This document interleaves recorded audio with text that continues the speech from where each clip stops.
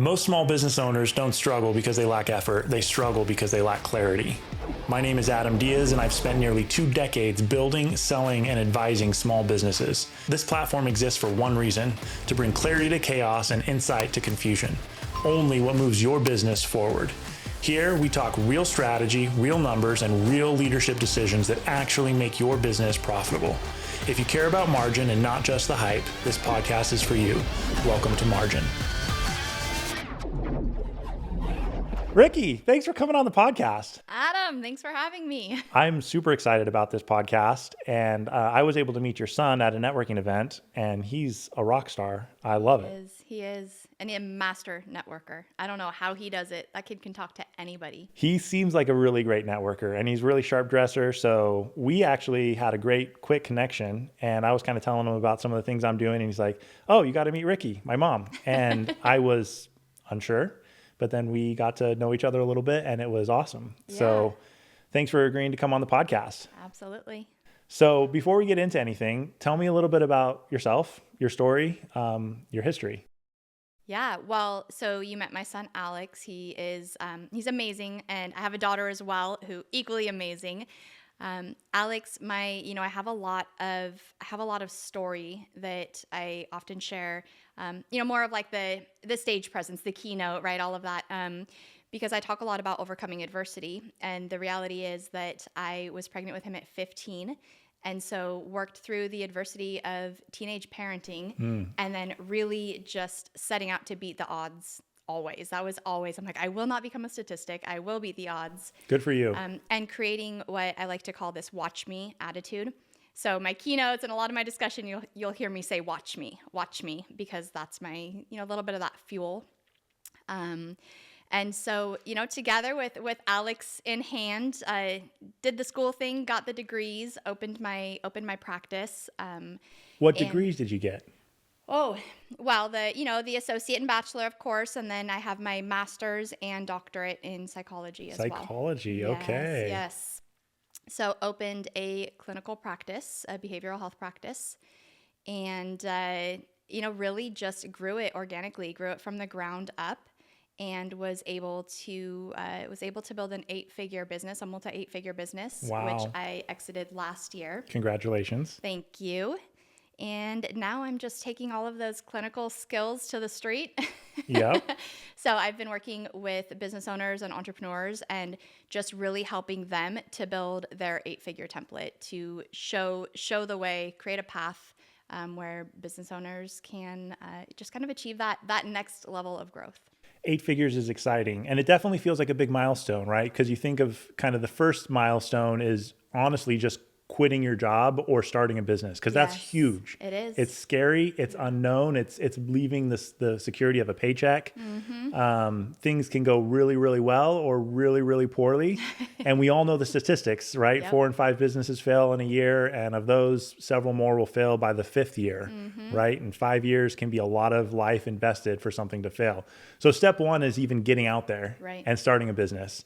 So congratulations for even starting a business. Hey, thanks. Much less growing it to, again, that first 7-figure mark. People get excited about the first million. Right. That's 7 figures.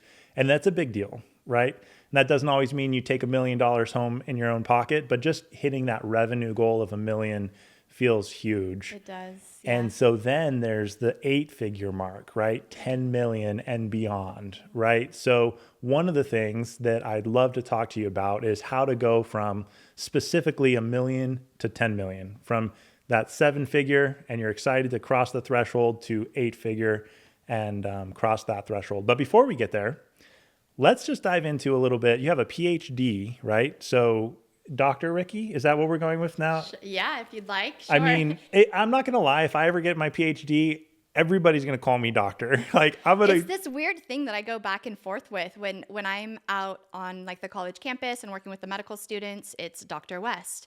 when I'm in some, some networks, some circles, it's Dr. Rikki. And then some, I'm just like, let's just stick with Rikki because. I like Dr. Rikki because it's the best of both worlds. It has the formality and the authority of doctor, but hey, we're still friends. We're going first name basis, Dr. Rikki, Yes. right? Okay, how about this? You can call me Dr. Rikki when we're working, but if we're meeting elsewhere, if we're hanging out with family and spouses and all of that, just Rikki. All right. Okay. Fair Deal. enough. Dr. Deal. Rikki. So, so obviously PhD psychology, the science of the mind. Is that what that means? Yeah. All right. Yeah. Science of the mind. The thoughts. And so a lot of business, right, comes from mindsets. There's going to be facing adversity, like you said. There's going to be strategic thinking and approaches, mastering what other people are thinking about the business, whether it's marketing, but also mastering how you're thinking and feeling, right? So psychology seems to hit pretty much every facet of what it is. It does. It does. So much of my work is really centered around helping people master the psychology of business more than the strategy of business. And there's this beautiful way that we can bridge that gap, but you can't get very far with strategy if you don't have the psychology right. Okay, so let's just start right there. What is the psychology of business? When you say that term, because I can tell you what the strategy of business is, but what is the psychology of business? The psychology of business it's ever changing, right? So it's this internal evolution that has to go on inside of you. And like we talked about, when you make that first million and there's this excitement there, but now you're working on your 8-figure status, right? You're working on that next level. You have to have this capacity to change and grow. And really your identity, your individual identity has to keep up with where your business is headed. You have to be able to maintain that foundational truth for the business.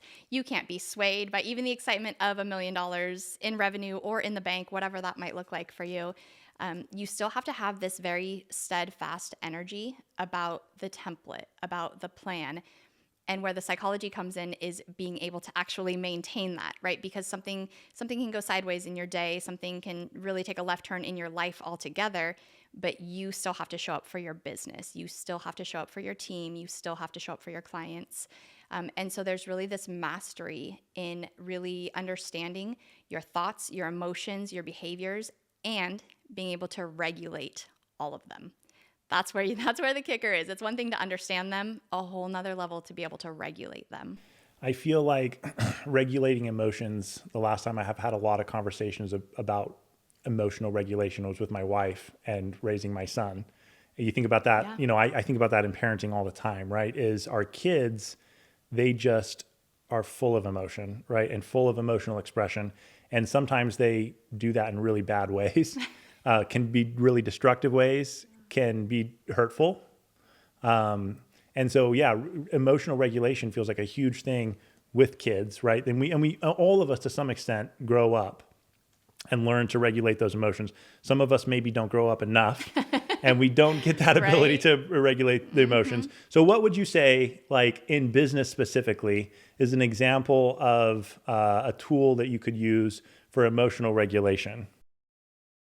Oh man, there are a lot of tools. So my own personal one that I used from the very, very beginning is every single time that I actually recently heard, I think Ed Milet does this same little tactic as well. So fun fact. But every time I touch a doorknob, I am kind of like committing the energy from that room into the doorknob so that I can, walk through and move forward with whatever the next task is. Now, in clinical work and specifically in behavioral health, it was really important for me to be able to regulate my emotional energy, my thoughts, my behaviors, because I'm leaving the room with one client who's experiencing this level of trauma or this level of distress. And now I'm moving into another room with an entirely different human, an entirely different set of human experiences going on. Yeah. And I need to be able to show up for that person with clarity, with integrity, with, a full set of, just fully aware of them and their situation.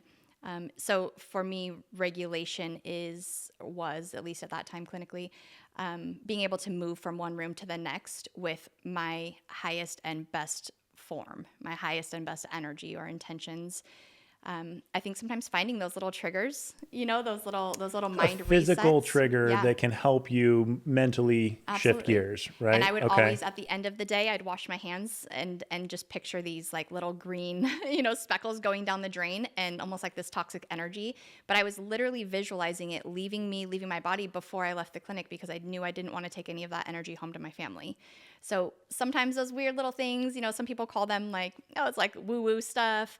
But whatever works for you, honestly. Whatever works is what you need to do. I mean, you can call it woo-woo, but we are very complicated beings, right? We're very complicated creatures that we do respond to triggers. Like our physical environment affects the way we think and the way we feel, It does. right? Our body language or even our body posture. There's all kinds of cool stuff, right? That I'm sure you know way more than me, that the way our body is sitting or shaped will affect the way we think and feel, right? So why wouldn't a physical thing like a doorknob or washing our hands trigger an emotional response? Yes, and it does. For the people willing to try it, right? It does. So the tool is, what I'm hearing you say is be intentional about it. So we all wash our hands, hopefully, please.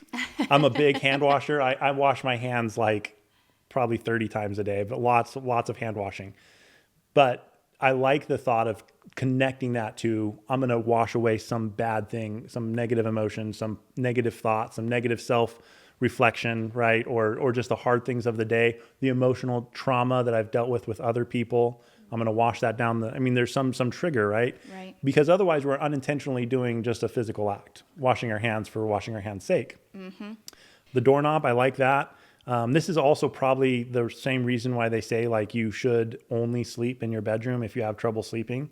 Right. Right. It's like I want to enter my bedroom and I want it to be, more of a sanctuary space. It's committed. Yeah. Yep. I don't have any trouble sleeping. I could honestly probably sleep right here, right now if I wanted to, with coffee in hand and everything. Yeah. But or not working at home, right? I've heard people struggle with that a lot. Is there's no, you're sitting at the kitchen table and you're dealing with work and stress and all the things that come with work. And then 10 minutes later, you're having dinner with your family and there's no emotional, mental separation, right? So I like the tool of thinking about it intentionally and then building in these triggers. Mm-hmm. And all of the tools are intention. So you always have to, you are never going to accidentally regulate yourself. It will get easier and easier and a little bit more automated at least, but you have to work up to that. So whether it's intentional breath work, whether it's an intentional pause, whether it's an intentional, asking questions. I love helping people ask curious questions because it's easy to make an assumption and then we can go off the rails so fast with our own assumptions that were never even verified. That's so good. If you can always, just pause and ask an intentional question, ask a curious question that really allows somebody to give a response that maybe will change your mind, maybe it won't, but at least you took the moment to take that pause. I love that. And the more you do it, the easier it gets. Alternatively, the more that you just jump, the easier that gets, right? So you're always teaching your brain is your original AI. You are always teaching it how you want it to behave. That's why we can autopilot home. You can just drive home and be like, whoa, I totally don't even remember taking the exit, but here we are. Your brain's always looking for opportunities to autopilot. So the more times that you are reactive, the more times that you don't choose to regulate and you just jump, your brain's going to assume, okay, this is what we do now. And you're always going to move toward that until you make an intentional decision to do something different. That's so good. I read a book a while back called The Mind and the Brain. Did you ever read that one? I don't think so. It was written by a neuroscience that was really trying to make the case that our mind is distinctive from our brain physiology. And that we actually have the ability to rewire our brain with our mind. Or depending on how materialistic you are, you're rewiring your brain with your brain, which is fine too. We don't need to get into the philosophy of that. But the idea is that, I think old science would have said our brain plasticity stops fairly young. And new brain science is saying the plasticity goes on until the day we die, right? This is great news because if you have negative thought patterns, bad habits, things that your mind is not working good. And he did it specifically in the book was written specifically to the severe cases of OCD.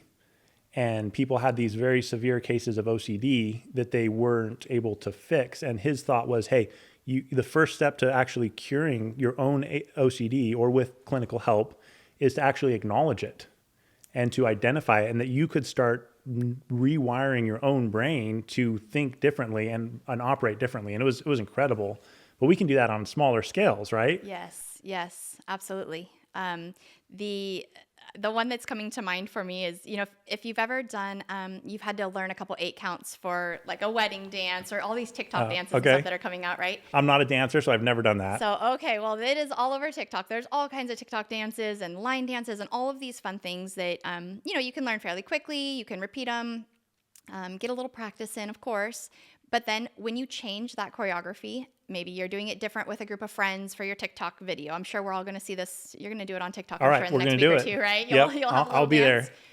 there. If you change that choreography, if you change just a few steps in it, and now you practice it that way and you film it that way with your friends, you will likely not even remember the original choreography. You'll say, oh, wait, how did we do it that one time? How did we, was it left hand first or was it right hand first? Or why did we start doing this little step here? Your brain will ditch that old stuff. It doesn't need it because you've shown it now. Nope, this is how we're going to do it moving forward. And it won't continue to hold on to old information that it doesn't need. I mean, I'm sure it's filed way back there somewhere, I'm sure, but you're not actually going to, you're not going to go looking to pull that, to recall that information. It's not useful for you anymore. The brain is always looking to adapt, always looking to adapt. That's really cool. Our brains are just incredible. They really are. The physiology of it, the whole nervous system and how it's all connected, and now they're connecting things with your gut health apparently to your brain. I don't understand any of that, but it's, I believe God just designed an amazing thing, and how resilient it is. Right? Like different people having brain injuries and still being able to function. And it's just, what an incredible thing the human body is. Yes. It's pretty. I love, even if you look at on the topic of adversity, when we look at the adrenaline and the cortisol that, can flush through your body when you're feeling that adversity, when you're feeling that initial, kind of fight or flight situation comes about, how often that can shut people down. Because, it's overwhelming and it's exhausting and it feels heavy and it feels yucky and it makes you want to run. It makes you want to shut down. But that exact same combination of adrenaline and cortisol will also sharpen your focus and quicken your reflexes and make you more adaptable to the situation going on around you. It actually makes you more qualified and more competent to be resilient, to push through, to rise above it, to grow through it. It's the same chemical makeup going on, right? It's the same process happening in your body, but the way that you choose to follow that path is the only difference. The way that you choose to show up with what your body is already giving you to work with. That's interesting. And I find it amazing that it's the exact same, the same combo, the same 1-2 punch can shut someone down or elevate them. Right. How you choose to use it. Yeah. Wow. Okay. So let's go with one more good example of how some of the work you do or that you specialize in. Because I know you do all sorts of business coaching. You've got a lot of experience. I want to dive into some of that. But specifically, give me another example of the psychology of business. How can somebody study psychology or take these principles and apply it to their business in a practical way? Sure. I would say, one more. How about, I would say understanding the shift that in that first run that you're making to your high 6-figure or initial 7-figure run, a lot of your business is about you.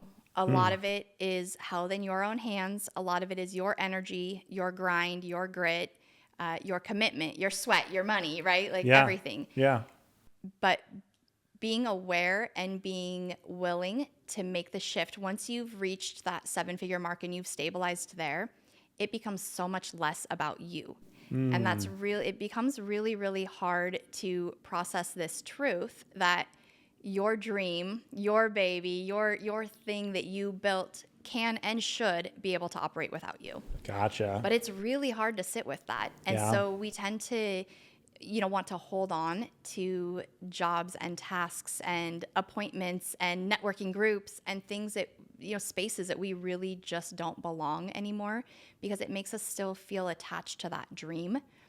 but then we're missing out on the benefits of the dream, right? Like we dreamt up that dream and we brought it to life, and now we're missing out on the benefits. We're kind of becoming our own bottleneck. We're keeping ourselves stuck where we don't need to be stuck. But the secret to being able to elevate to the next level is to empower the people around you to become that CEO, become that executive. The only way that you can rise is by helping the people below you rise, right? You can only hold so much with your own two hands. So if you want to be at 10 figures or multi 10 figures, you have to be at a place that you're willing to trust, empower, train, and then let go. That's the perfect transition into where I wanted to go next, which was scaling, right? And I think you just gave us the psychology of business and scaling, right? Letting go. I think it's probably true. I bet a very high percentage of business owners and entrepreneurs are kind of control freaks. Oh yeah, we have to be, because we absolutely have to be for a certain amount of time. Right. And then teaching yourself when to let go. And it feels so strange because now business is bigger. There's more staff, there's more responsibility, there's more revenue, there's more clients, there's all of these things got so much bigger. And you want me to back out? You want me to trust all of that? I just built all of this, and now I'm just supposed to trust, other people to take over all of these things that felt so important. At one time, checking email was a very important task. Sending in, insurance claims and referrals, that was a very important task for me because that's what built my business. But there was also a space and a time that I had to understand, okay, this very important piece that brings in all the money, I have to let somebody else do it, and I have to trust that they are properly trained and have all the tools to do it the right way so that the revenue continues to come in. But when you get to a certain level, certain size, I mean, we had 70 employees. I can't be sending in insurance claims for all of our providers and practitioners at that point. It just doesn't work. Yep. But training somebody to do it even when I was still the sole provider, then we were able to grow. So as I grew, the business grew. As that staff role grew, their workload grew, and so on and so forth. So it's like it takes a certain type of person to start a business, but then it takes a certain evolution of that person to go to the next level. Yes. And it's nearly impossible to do it the other way around. So to enter into business with no desire to hold the reins, no grind, no grit, no resiliency, no push through, no anything, it's nearly impossible to do that. There's nothing for you to be a control freak for or to hold on to later on down the road, right? Right. So most of us enter in as these hyper controlling individuals, and we have to learn to let go. And there's what's the saying, like grant me the serenity to control the things I can, like let go of the things I can't control. But there's this middle mark also that we forget about of what about the things I can influence? So we have the things I can control, and we have the things I cannot control, but we also have all this gray area of the things that I can still influence. Right. That's the one you have to master when you're ready to grow. Wow. I have not heard it framed that way, but I like it because I'll use it again. Then I'll have to remember that one. Yeah. I'll have to record that one. Write that down. Because I do think, that's the way I've thought for a long time, just about anxiety and worry, because we can get so plagued with worry over things we cannot control. Mm-hmm. And I decided, I remember there's almost a distinctive moment where I decided, I'm not going to worry about things I can't control. Yeah. I'm not going to, I can't. And my logic was, if I just take that energy and put it towards things I can control, I can probably change my situation a lot. But I'm not gaining anything by worrying. I think the Bible says something similar, right? Can somebody add any days to their life through worry, right? Worrying, you can't control things. Certain things you just can't control. Mm-hmm. So why worry about it?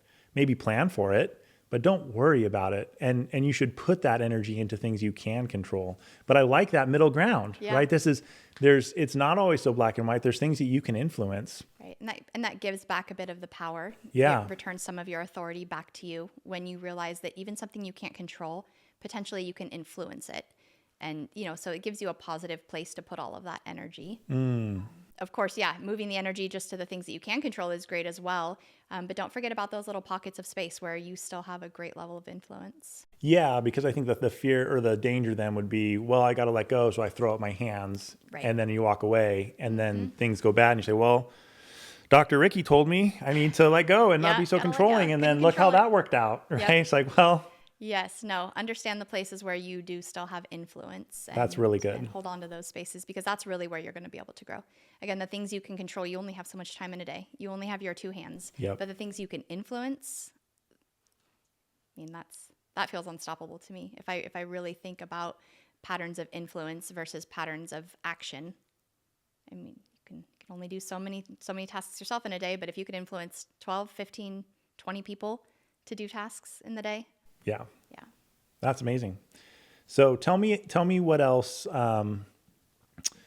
scaling from 7 to 8. Let's talk about scaling. Because I think this is something a lot of business owners are curious about, because there does seem to be a little bit of an artificial, glass ceiling type of spot there, right around the $1 to $3 million mark. I find it's not really right at $1 million, but about 1 to 3 million, there's definitely something that happens where things get a little bit more complex. And so how do you break through that glass ceiling going from that 1 to 3 to $10 million plus? What are some of the things you observed or that you would coach other people through if you wanted to get into that next level? Yeah. I have found that one of the most important things, and this is where I tend to shine with my, being a little too honest, but always nice, always nice. You absolutely have to have at least somebody on your team who's willing to be honest and somebody who's willing to say no. Because you reach a certain level, you're signing everybody's paychecks. There's a certain sense of authority when you walk into the room, that mom and pop shop or that like family feeling that you set out to have in your business. Yeah. It is starting to fade because there is a huge disparity between the owner at a $3 million revenue and a handful of staff that are potentially minimum wage or even better paid, but they're not paid the same as you. Right. And whether or not we always want to acknowledge that, it is the reality. Mm-hmm. Somebody isn't going to come directly to you and tell you something that they feel that you are doing wrong or incorrectly or something they're mad about. This is where we tend to have a lot of staff start leaving silently. They start looking for jobs and they're already hired for another job by the time they turn in their notice. When you're in that kind of newer 7-figure range, you actually tend to still have staff that comes to you and says, hey, I think I kind of need this for my family. I want to look at opportunities over here. You'll stop hearing a lot of those conversations go on in your business when you start elevating to that next level. It's natural. It should happen that way. You're doing something right. You cannot forever have that family feel and that mom and pop feel, no matter how hard you try. There does start to be some separation and some division. We've even seen in businesses the way that as you grow, I mean, we know that 12 to 15 is kind of the magic number. So when you grow to a point that you have a staff of 30, you'll notice you have at least 2, if not 3 separate teams that kind of find each other, people that have lunch together, people that hang out together, people that choose to work more closely with each other. It's just a human thing. It happens very, very naturally. You can't be one dad raising 3 families and do it as well as you did when you were raising one family. Right. It just doesn't happen that way. So this is why sometimes you have to bring in somebody from the outside who will be honest and who will tell you no when an idea just isn't quite aligned. There are always going to be blind spots. There are always going to be things that you can't see going on in your own business. You have to have somebody who's willing to point those things out for you. Now, if you do it right in business, you can have that on your own team. That's always the dream. Did you have somebody in your business that worked for you? I did. And yes, it took a lot of coaching and training and very honest conversations to get to a point that that we could have the no conversations and we could have that true transparency and just that vulnerable time together. But I'm beyond grateful and beyond thankful for the relationship that we had and the way that it contributed to the growth of the business. That's really cool. Yeah. I'll have to think about that. So in my biggest business venture right now, which is Lexar Homes, home builder, I have a business partner, and we both are pretty comfortable telling each other no when needed. Obviously, very respectfully. We actually have an amazing partnership. I wanted to do a podcast with him and just talk about, because everybody says, Dave Ramsey says the only ship that doesn't sail is a partnership, right?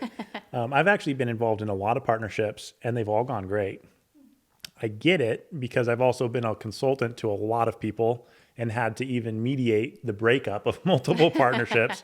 So I can understand. I think I actually have a better grasp than most on what makes a partnership healthy and what makes it What do you think has been the key to yours? I'm curious what has made to have had so many partnerships and them all go well. Maybe you are the common denominator. Maybe it's an Adam thing. It's an Adam thing. Maybe it's an Adam. Maybe everybody needs an Adam. You just need me to be your partner, and then it'll go great. So it's not about having somebody who, not that you're not honest, but my tactic is someone who'll be honest and somebody who will say no, but maybe that's not true. Maybe you just need an Adam. Yeah, I think honesty is a huge part of it. I think the communication of not letting anything fester is super, super important. If something's bothering you or something doesn't feel right, you got to bring it to the other person right away. Because a lot of times what happens in partnerships is we do just let things build up and fester, and then all of a sudden it becomes explosive. Right. And that just doesn't work in any relationship, a marriage, a partnership, anything, right? Like you have to keep those walls low. And I think that's been really helpful for me in my partnerships is just keeping a culture of open communication and honesty. You talked about earlier, what did you said, checking your assumptions, like making sure you're not making assumptions. I would take that to a next step even is I'm always going to assume the best. Somebody smarter than me taught me that a long time ago. I don't even remember. I've heard it a lot of places, right? But not only when you come to any situation, give the person full benefit of the doubt until you're proven otherwise.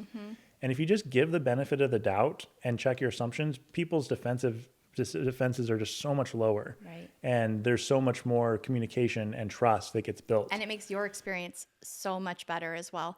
Even as simple as, when you see somebody like driving crazy and they're cutting you off, or just assume that they're late or there's a family emergency or something, pray for them. And you'll never know, but your life's going to be so much better assuming that. You're not mad trying to go through Target and pushing your cart into things because you're so angry about this guy that was cutting you off in traffic. Like, such a good example. You are the only one that it continues to affect all day long, so you might as well assume the best. Yeah. So I love applying that to partnerships as well. And I think you're really onto something with the open line of communication, because if you're able to talk about something while it's still small, then even if it gets big, you've still normalized communication in general. Yeah. And there's been some lead up to it. It's not just like all of a sudden one day somebody's blindsided with this issue that's been building for 3 or 4 weeks. It's something that's already been on the radar. 100%. Yeah. I think the other thing that really helps a partnership thrive is I've been lucky at the beginning with my partnerships, and now I'm intentional about it. But partnering up with people that are different than you. Yes. So that you can have complementary strengths and kind of authority to speak into each other's lives. If you partner up with somebody that's exactly like you, there ends up being conflict. There ends up being thought that's too in line.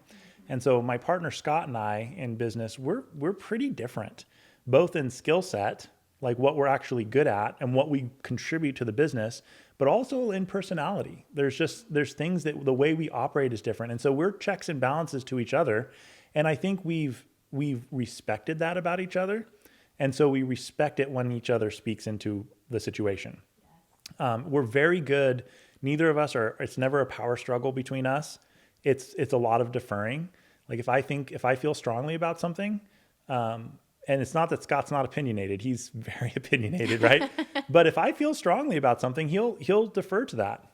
Even if he has strong opinions too. And then vice versa. Like I could have a strong opinion, but if he's really coming in hot, I can defer to him. And it just builds a lot of trust because I trust him and I know he's different than me. And so I think that's a lot of what makes a partnership thrive. And again, I guess I've seen a lot of partners or partnerships form because two people are so similar, right? Right. That they think, we'd make great partners, but then that ends up being butting heads because you're almost too similar, right? And there's not a lot of deferring going on. Yeah, if you're entering into business with somebody who's already exactly like you, who's, just your copy and paste of you, it's kind of just, the only reason to do that is if you don't want to do all the work, right? Like if you're willing to do the work, then just do the work. You don't need that partnership for anything. What a great partnership or a great group looks like is people with different backgrounds, different thoughts, different ideas, different concepts, so that when you come together at the table, now you've made this, this huge concept can come to life instead of just this very limited view or this very limited lens. Yeah. I was just coaching somebody the other day and he wanted to bring a partner on, and I was kind of hearing about this guy, and I know this other guy really well. And I finally asked the question. I said, so what, if you bring him on as a partner, like what is being added that you don't already have? And there was really nothing. And I said, that's your answer.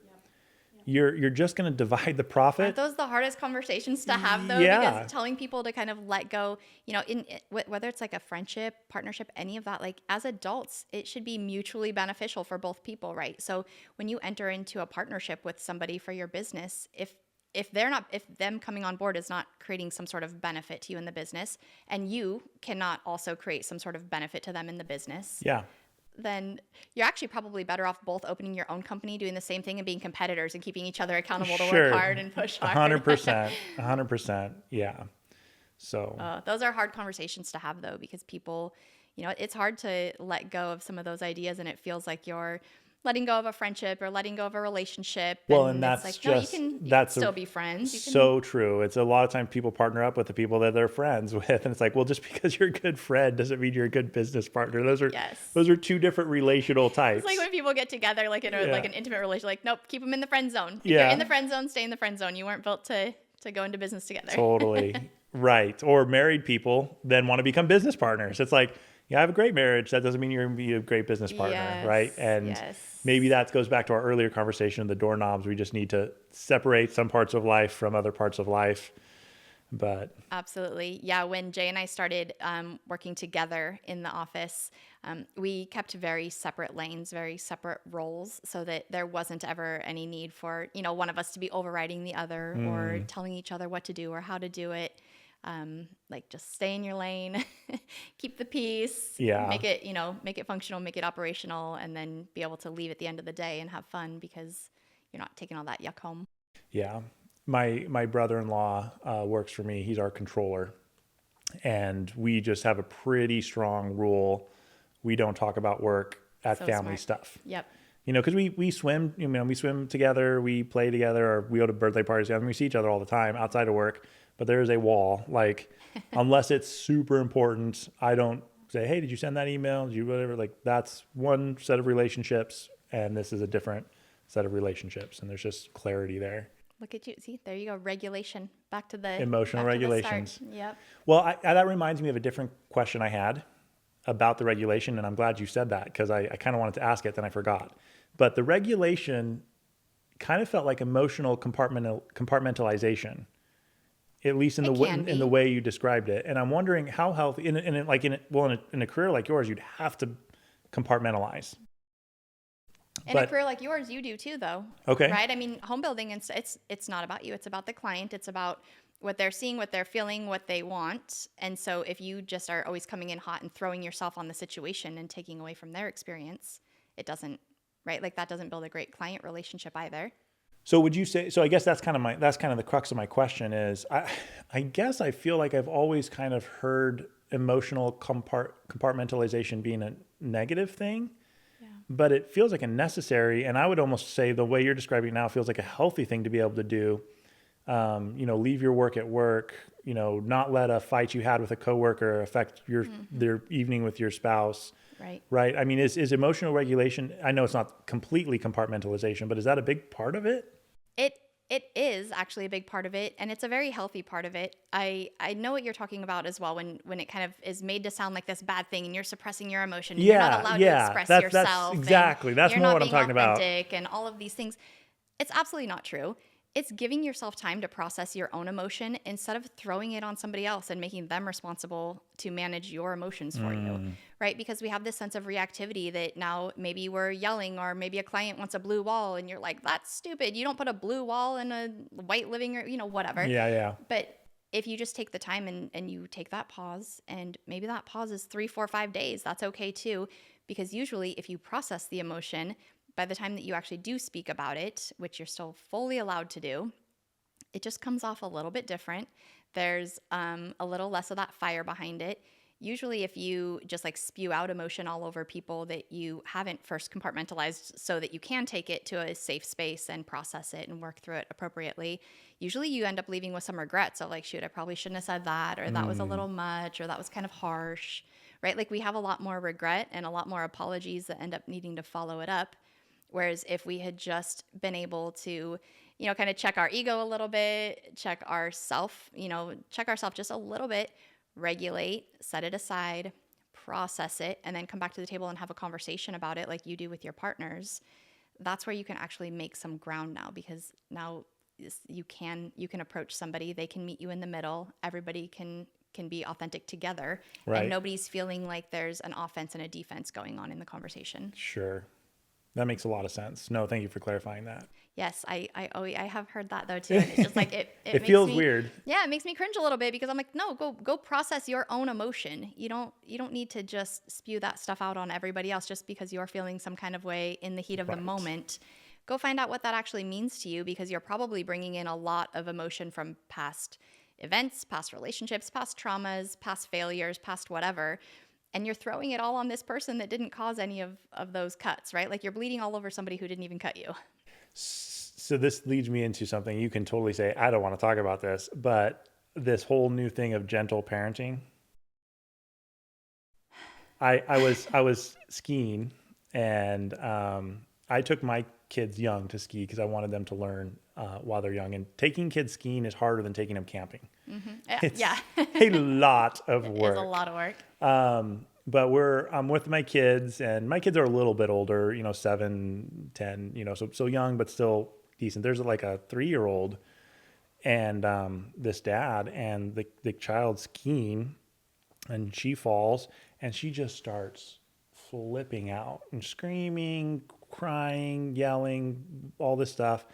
And the dad comes, like, kind of skis over and starts, I thought initially was mocking her, because he was saying things like, you want to cry? Go ahead and cry. Get it all out. Like, just like almost spurring her on. Like, and in a way, like the tone of it came out to me as like, dude, that's mean. Like, but then I realized that wasn't what was happening. He was like, that was their style of parenting. And it felt very foreign. And I thought, man, that kid doesn't probably going to grow up to be functional in society, because nobody's going to expect them to act that way.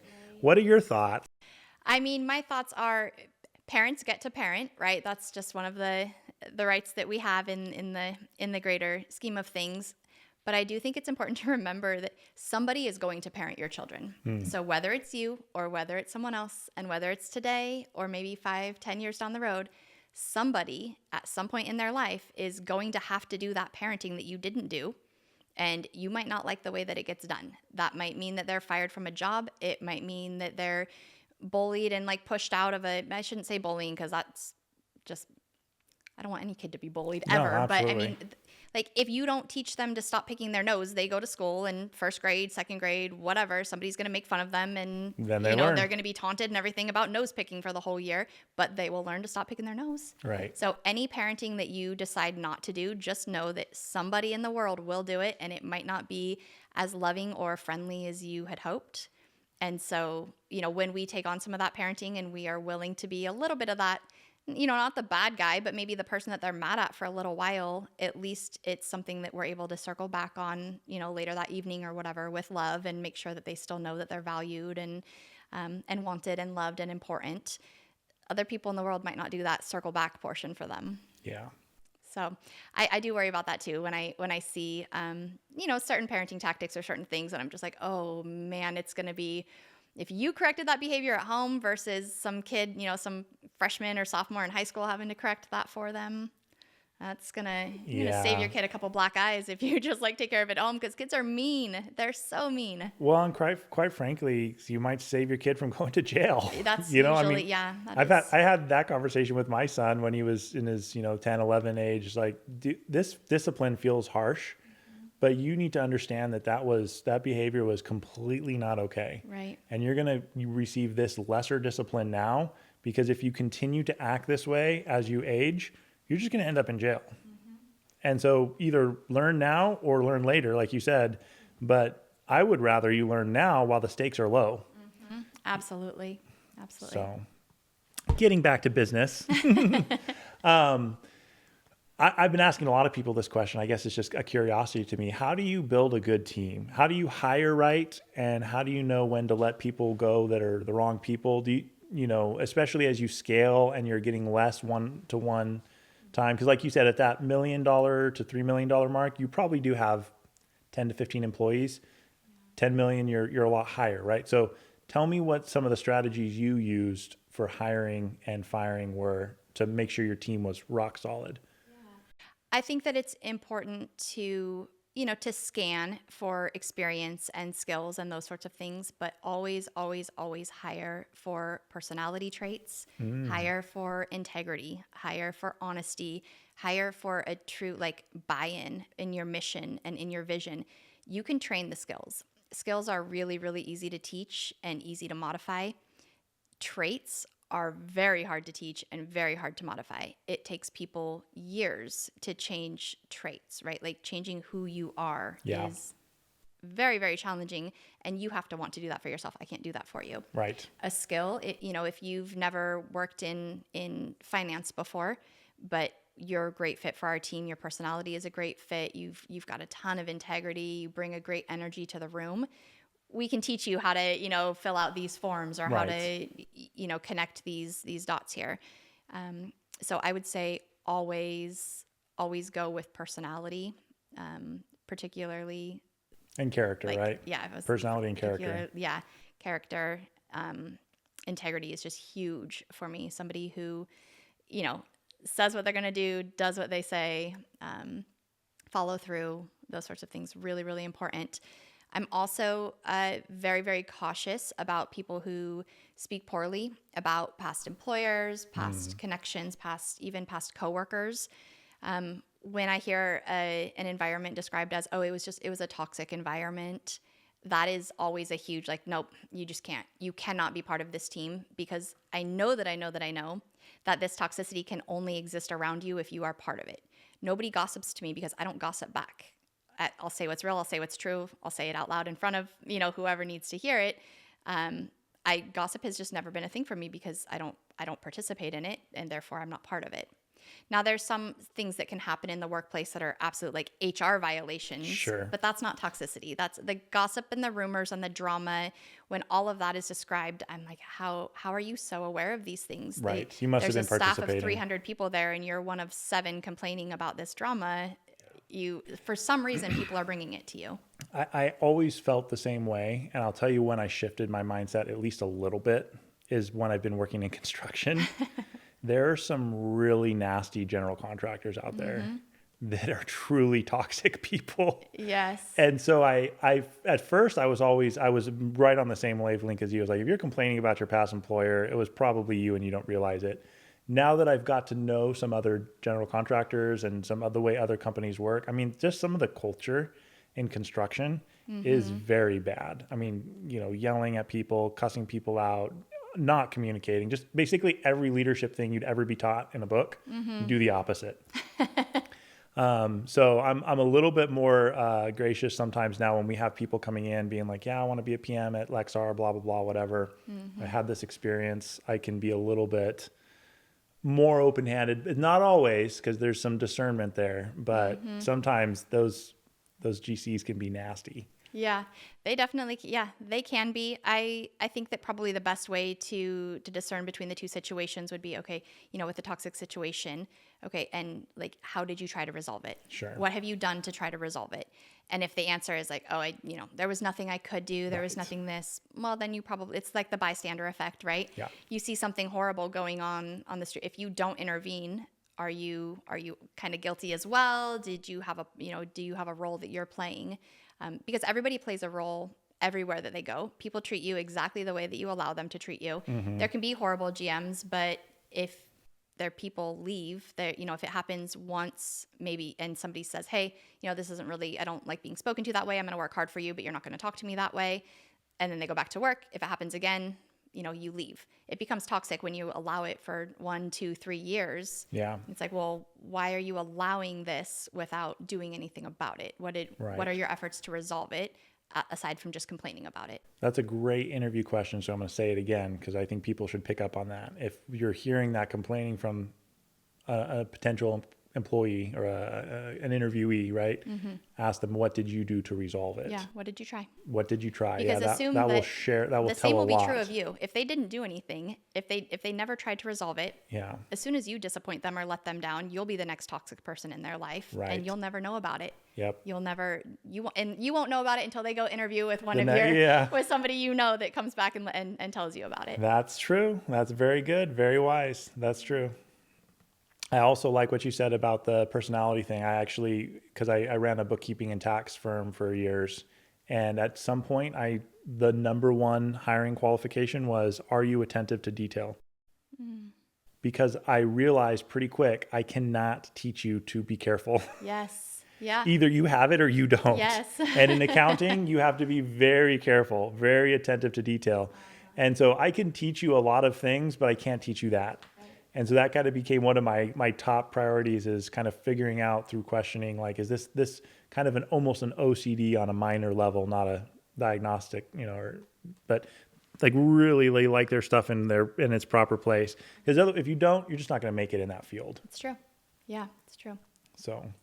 And there's, clients and people's finances on the line, people's books, it affects other people if they're not naturally people's attentive. paycheck is off by 1 cent, and they're going to notice, and they're going to yell at you, right? The tax reform gets sent in 1 day late, it could cost thousands of dollars. I mean, it's a precision detail oriented industry for sure. Absolutely.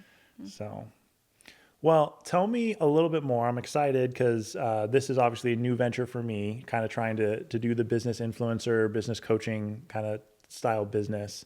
And I think you're kind of on the same path, right? So tell me, when did you start doing what you're doing? Why did you start, and where do you want to go? Sure. So before transitioning out of my previous business, had started working with some business owners, some entrepreneurs, and just really found that even with them as a clinical client, how much was, this crossover, right? Sure. How much of it was really stress of business, stress of leadership, stress of, mentorship. And so really just using that same framework, that same model to provide not clinical work with business owners now, but taking the rest of it, taking the psychology piece, the mindset piece, and helping them see more of what's true, more of what's kind of in front of them, but maybe there's a bit of a blinder up. So having a great time with that. I was telling you about, when I first started working with clients, how I refused to work with women. I would not accept female clients. I was only working with male entrepreneurs. And whenever I was asked why, I would, just say, women never helped me. I never had a female mentor. I never had a female that was willing to, reach a hand out or even return the favor. When my clinic started growing, I literally moved all of my staff benefits, our accounting services, everything. I moved it to all these female business owners trying to support other women in business.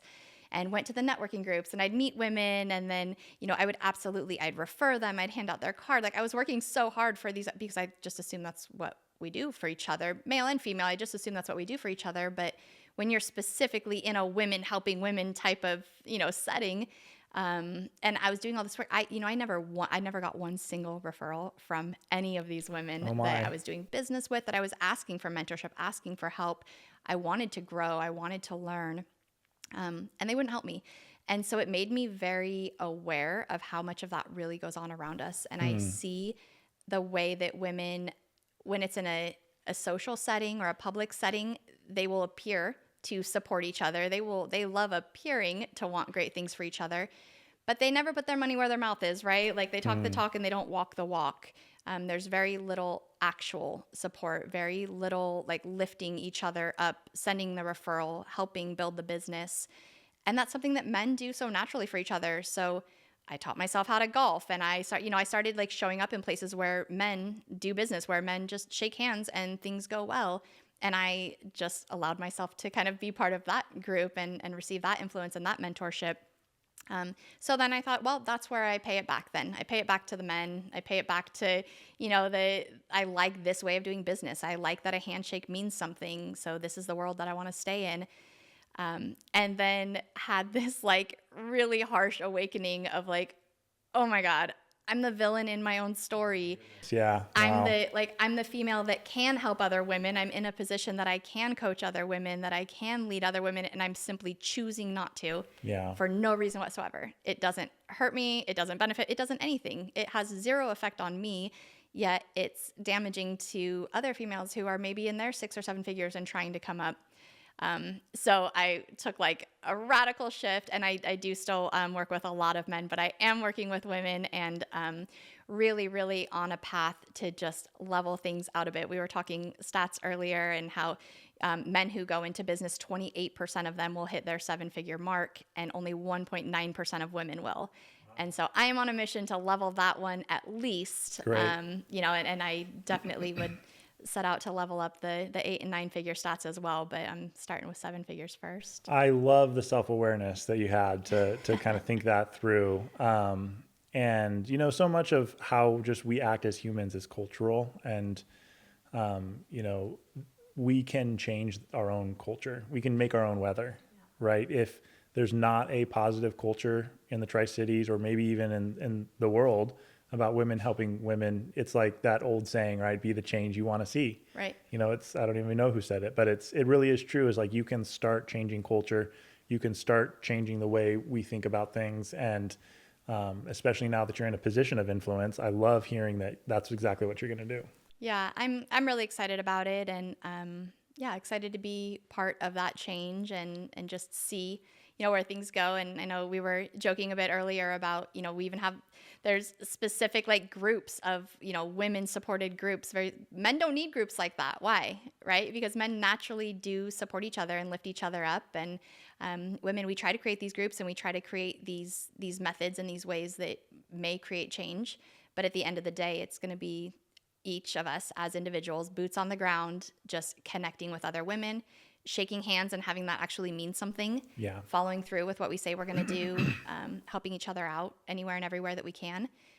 Not sacrificing our relationships with, male counterparts in business as well, but just also recognizing that helping other women succeed does not take anything away from us. Right. I like, and I think when we were hanging out before the podcast, either one of us said it or we implied it, but the rising tide lifts all ships. Yes. Right. It's not a zero-sum game. Very few things in life are zero-sum, meaning that if there's a winner, if I'm a winner, that means you must be a loser. If I win, that means you could also win. And when we both win together, we're helping each other. Mm-hmm. I actually learned this concept really young when I was playing this 4-player chess. Have you ever seen that game, 4-player chess? Obviously, No. Chess is a 2-player game. And a big part of chess strategy is understanding trading pieces.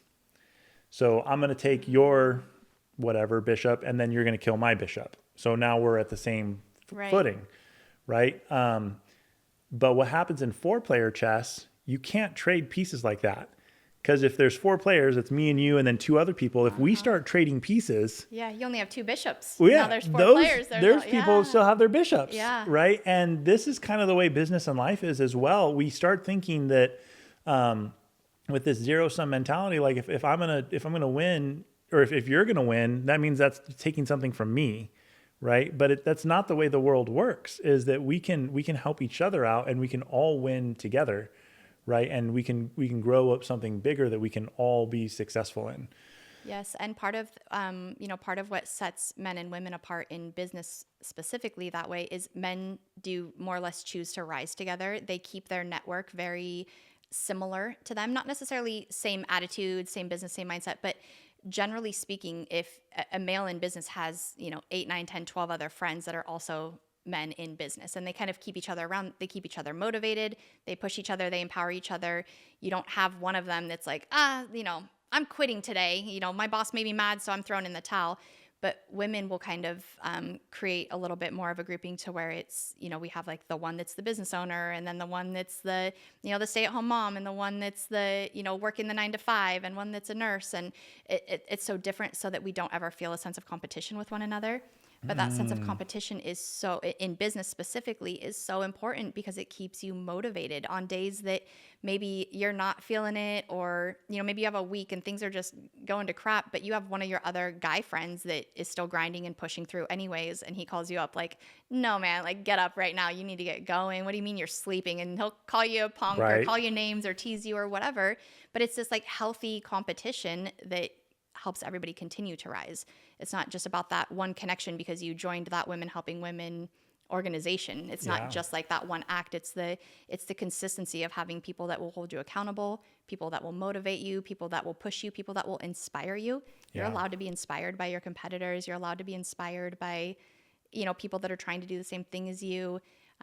It gives all of us a leg up. Well, I think just that one point is so important in business in general, is celebrating other people's successes, because other people's successes are not your failures. Right. Right. And being genuinely happy for your colleagues, or genuinely happy for your business partner, or even genuinely happy for your employee that did something great in your organization, and shifting the credit and the celebration to that person. Like you said, you can't do everything. If you want to scale from 1 million to 10, you can't be the center of the world, the center of the universe anymore.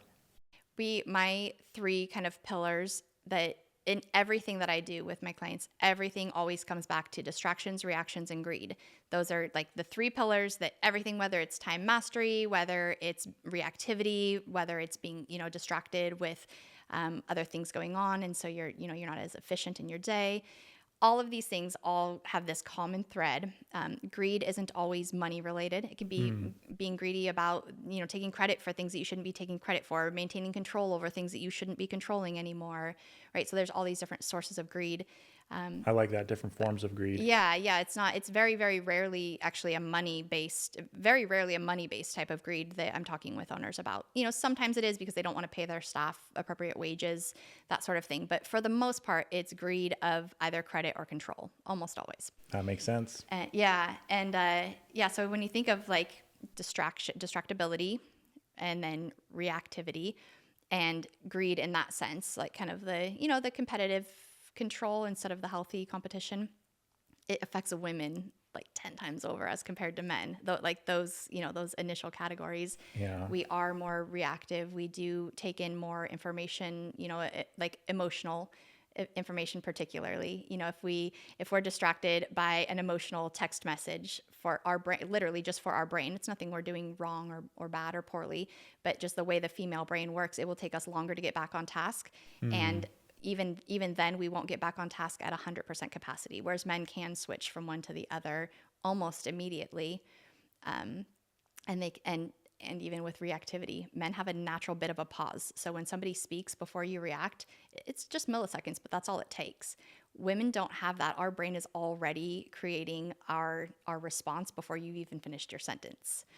And so we have to be so intentional. And so that's, just an area where I'm excited to work with women too, is helping them become more intentional in those spaces, just because I know that even when we're doing everything right, those are still the things that are holding us back in business.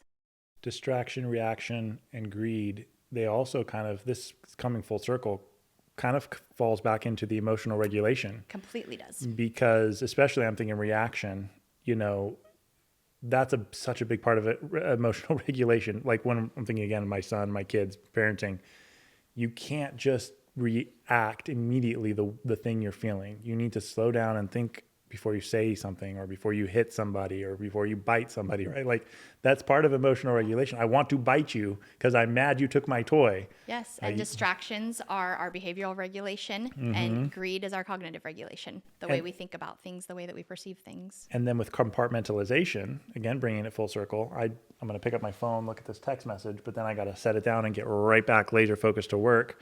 That's part of, our emotional regulation as well, right? Is being able to put it's compartmentalization. I'm going to put my attention here for a moment, and then I'm going to put my attention here. Right, exactly. And then on the distraction piece of it, so we have the reactivity side of getting, the switching and getting back from like an emotional reaction to something, but even just on the distractibility and learning to regulate those behaviors of, no, I'm going to set my phone. I'm not even going to turn it upside down. I'm going to put it in the other room because I need to commit 1 hour to, even if I'm like, when I was seeing, my patients, I my phone didn't come with me into the Sure. room because I didn't even want the distraction of wondering if my kids had messaged or, Right. that stayed out. And I knew that the clinic would come knock on the door if there was an emergency or something. Right. But just taking that out of the equation altogether is very much part of that behavioral regulation and learning how to recognize your behavioral patterns so that you can be intentional about changing them.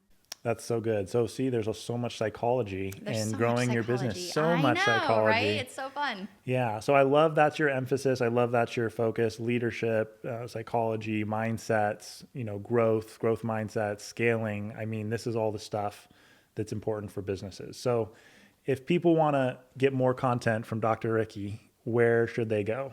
Yeah, they could check out my website. It's rikkiwest.com. It's Rikki West, ITS, RikkiWest.com. Correct. Yep. Okay. Yep. It's rikkiwest.com. That's also my Instagram handle. It's Rikki West, as well as TikTok, YouTube, all of them. Fantastic. We're definitely going to bring you back on the podcast again down the road when we have more viewers. Thank you. This is great. So fun.